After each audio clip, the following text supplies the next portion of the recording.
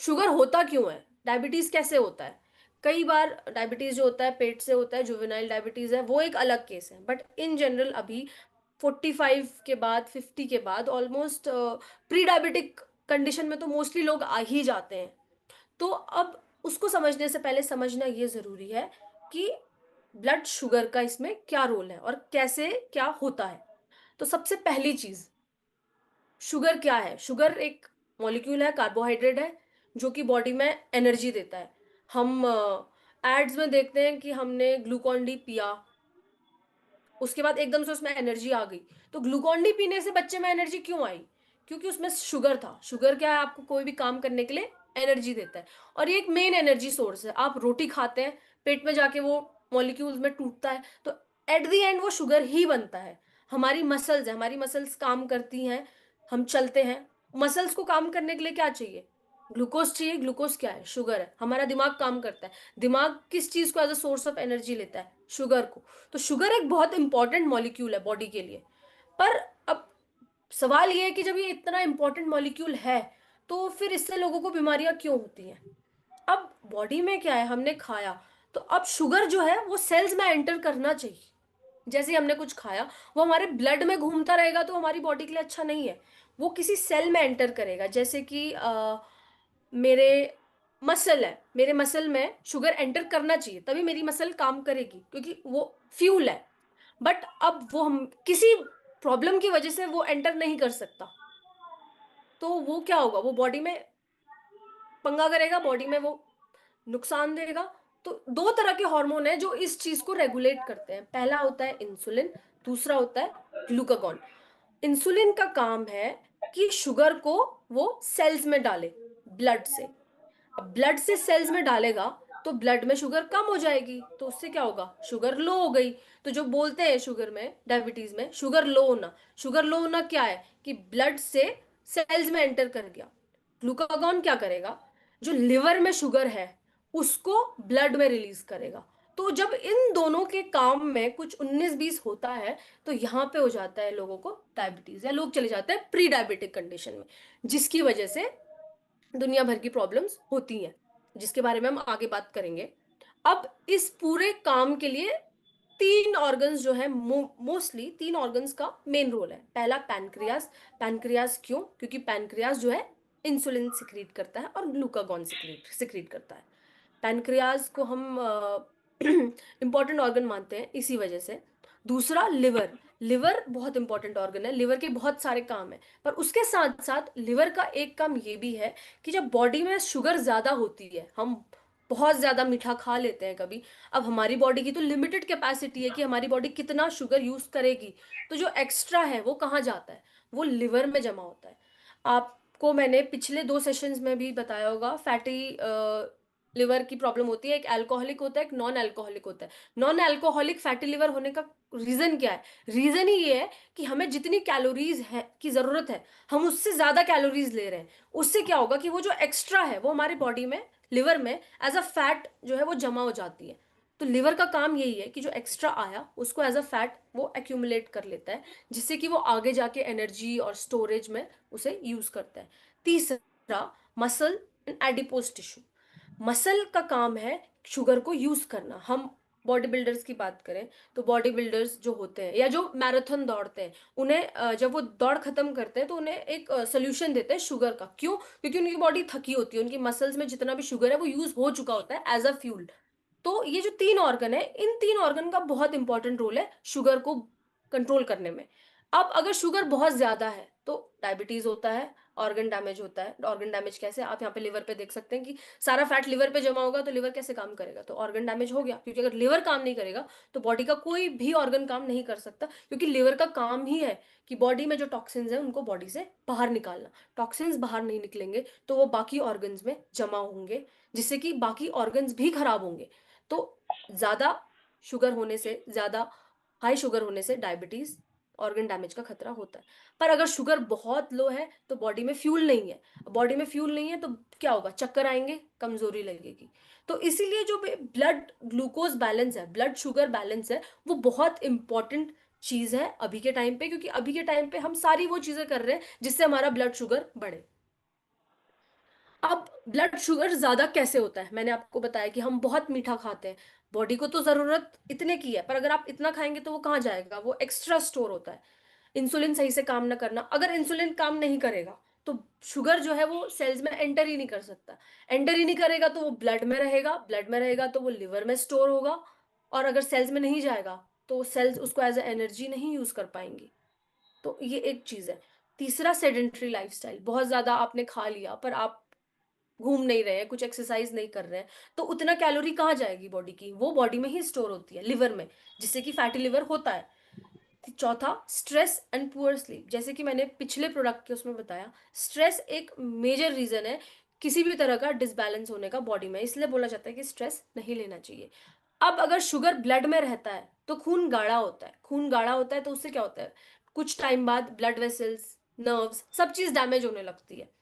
अब इसको सिंपली आप ऐसे समझ सकते हैं कि बहुत ज्यादा शुगर होना, जैसे कि रोड है, रोड में एक गाड़ी चल रही है, दो गाड़ी चल रही है, वो शुगर है, जा रही है।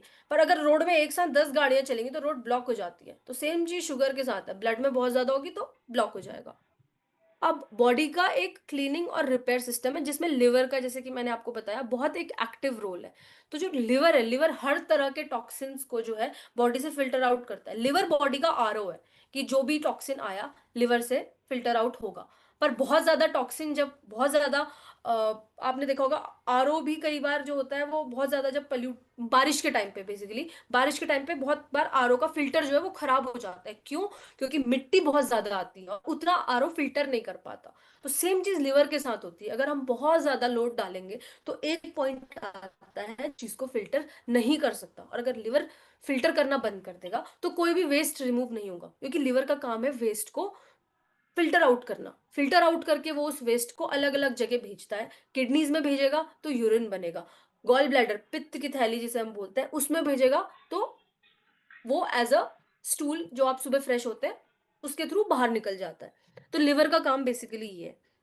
अब बॉडी का अगर शुगर ज्यादा होगी तो ऑक्सीडेटिव स्ट्रेस भी बढ़ेगा, जैसे कि मैंने पिछले प्रोडक्ट में बताया कि ऑक्सीडेटिव स्ट्रेस जितना ज्यादा होगा उतनी ज्यादा हमारी सेल्स जो होती है वो डैमेज होती हैं, और टॉक्सिन ज्यादा होता है तो लिवर भी एक बार के बाद थक जाता है।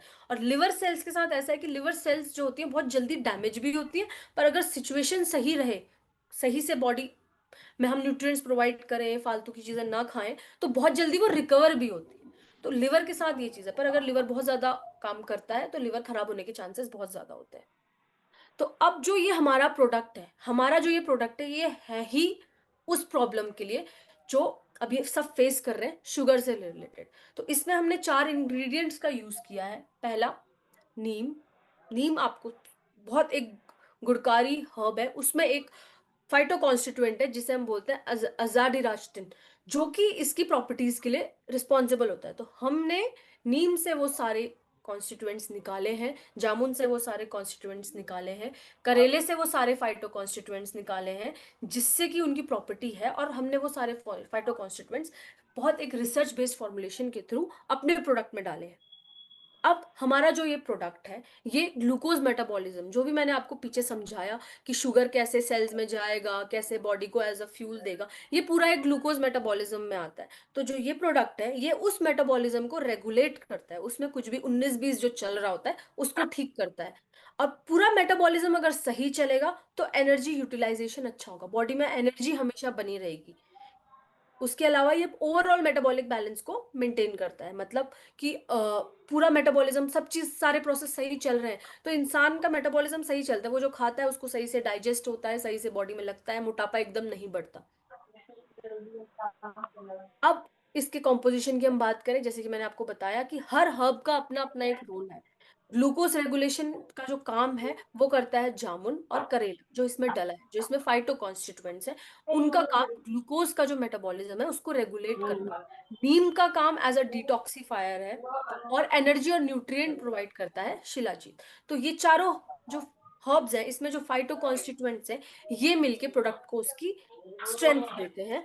उसके बाद अगर हम बात करें ये काम कैसे करता है, तो सबसे पहली चीज, ये जो इंसुलिन हार्मोन है जो शुगर को सेल्स में जाने देता है, उस हार्मोन को, कई बार क्या होता है कि हमारी बॉडी या बॉडी जो होती है वो एक प्रॉब्लम से जूझती है जिसका नाम है इंसुलिन रेजिस्टेंस, जिसका भी आपने अभी सुना होगा, रील्स में देखा होगा कि इंसुलिन रेजिस्टेंस है।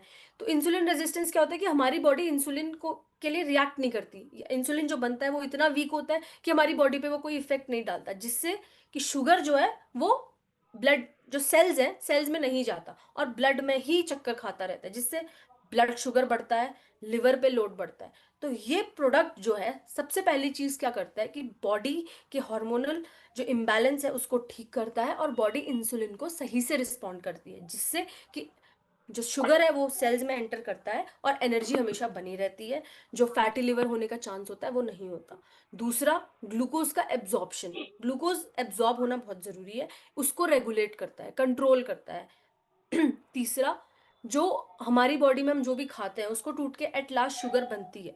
तो जो ये प्रोडक्ट है, ये जो शुगर बन रही है उसका जो प्रोडक्शन है उसको कंट्रोल करता है। चौथा, एनर्जी को इम्प्रूव करता है क्योंकि इसमें शिलाजीत है, प्लस ये शुगर को सेल्स में जाने देता है, तो ये शिला इससे क्या होता है कि एनर्जी बढ़ती है। जब पांचवा, एंटीऑक्सीडेंट, ये एज एंटीऑक्सीडेंट भी काम करता है और मेटाबॉलिज्म को इम्प्रूव करता है।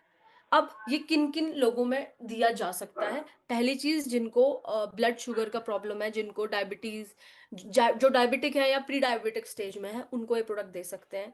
दूसरा, जिनका सेडेंटरी लाइफस्टाइल है, ऑफिस जाने वाले, टीचिंग में भी जो है, बेसिकली फिजिकल एजुकेशन की टीचर को छोड़ के सारे कैटेगरी के जो टीचर हैं वो इस प्रोडक्ट को ले सकते हैं। जो बहुत ज्यादा बाहर का खाते हैं, एक्सरसाइज नहीं करते, उनके लिए भी ये प्रोडक्ट दिया जा सकता है। वैसे तो ऐसा सजेस्ट किया जाता है कि ऐसा नहीं करना चाहिए, बट किसी रीजंस की वजह से अगर वो चीज हो रही है तो आप ये प्रोडक्ट ले सकते हैं।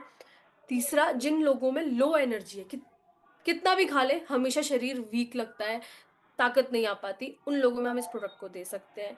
चौथा, जो थोड़े ओवरवेट है, जिनका वेट थोड़ा ज्यादा है, उन लोगों में भी हम इस प्रोडक्ट को दे सकते हैं। अब ये प्रोडक्ट यूनिक क्यों है, ये प्रोडक्ट सबसे अलग क्यों है? क्योंकि इसमें हमने चार मेन जो हर्ब्स हैं उनसे निकाले हुए फाइटो कॉन्स्टिट्यूएंट्स का यूज किया है। तो उससे क्या है कि ये एक बहुत यूनिक फॉर्मुलेशन है जो कि आपके ब्लड शुगर को कंट्रोल भी करेगा और आपके एनर्जी मेटाबॉलिज्म को इम्प्रूव भी करेगा। ये इंसुलिन रेजिस्टेंस को प्रिवेंट करेगा और ग्लूकोज जो यूज होना है बॉडी में, ग्लूकोज क्या है, शुगर है, ग्लूकोज के यूटिलाइजेशन को इम्प्रूव करेगा। ये लिक्विड फॉर्म में है तो ये एब्जॉर्ब जल्दी होगा, लिक्विड पानी के साथ पिएंगे तो एब्जॉर्ब जल्दी होगा। ये इसकी डोजेज है।